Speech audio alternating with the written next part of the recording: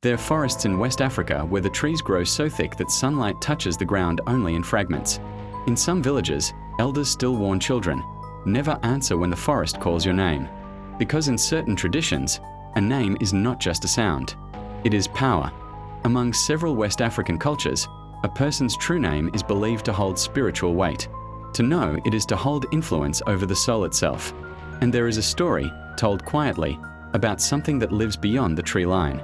Long ago, before colonial borders, before modern roads cut through the land, there was a village that stood at the edge of a vast forest. The villagers farmed by day. At dusk, they returned behind clay walls. No one stayed out after dark, not because of animals, but because of whispers.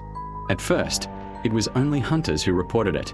While walking home at twilight, they would hear someone call from deeper in the forest. A mother's voice, a brother's laugh, a child crying.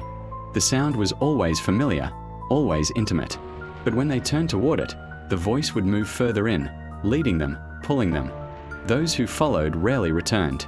And when they did, something was different. One hunter came back after 3 days missing. He was alive, but he did not respond to his name. When his wife called him, he just stared through her. When the elders spoke, he did not bow. He ate without thanks and slept without dreams. It was as if something had hollowed him out and left only a body behind.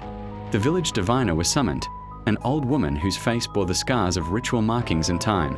She said the forest had taken his name. Without it, he was no longer fully human.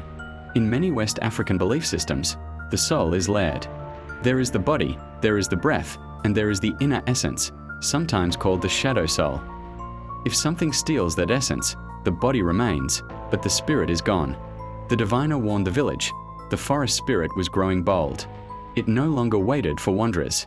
It was learning, listening, studying the rhythms of their speech. Soon, more villagers heard their names at night, softly, just beyond the walls. Children began sleepwalking toward the gates. Mothers reported hearing their own voices calling from outside their huts. The elders performed rituals, drums, offerings, protective markings drawn in white chalk across doorways. For a time, it worked. Then the whispers changed.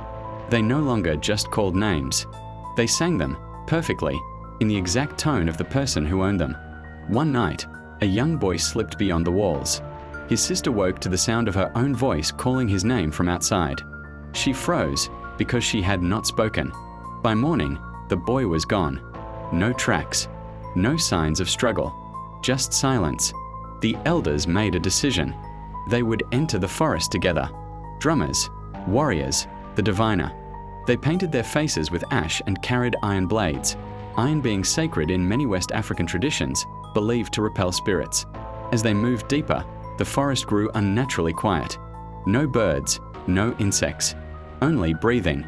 Not theirs, something else's.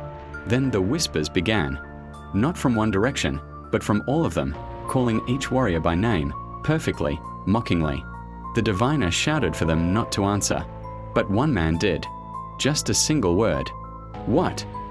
The forest responded not with sound, but with silence. And the man collapsed. Alive, but empty. They carried him back. The boy was never found. And from that day forward, the village changed its customs. Children were given public names, but their true names were spoken only in ritual, never in the open, never near the trees. To this day, in some regions, elders will warn, if you hear your name spoken in the forest at night, do not turn. Do not answer, because the forest does not need your body. It only needs your name. And once it has that, you will walk back to your village, but you will not belong to it anymore. Thanks for watching, and I'll see you in the next one.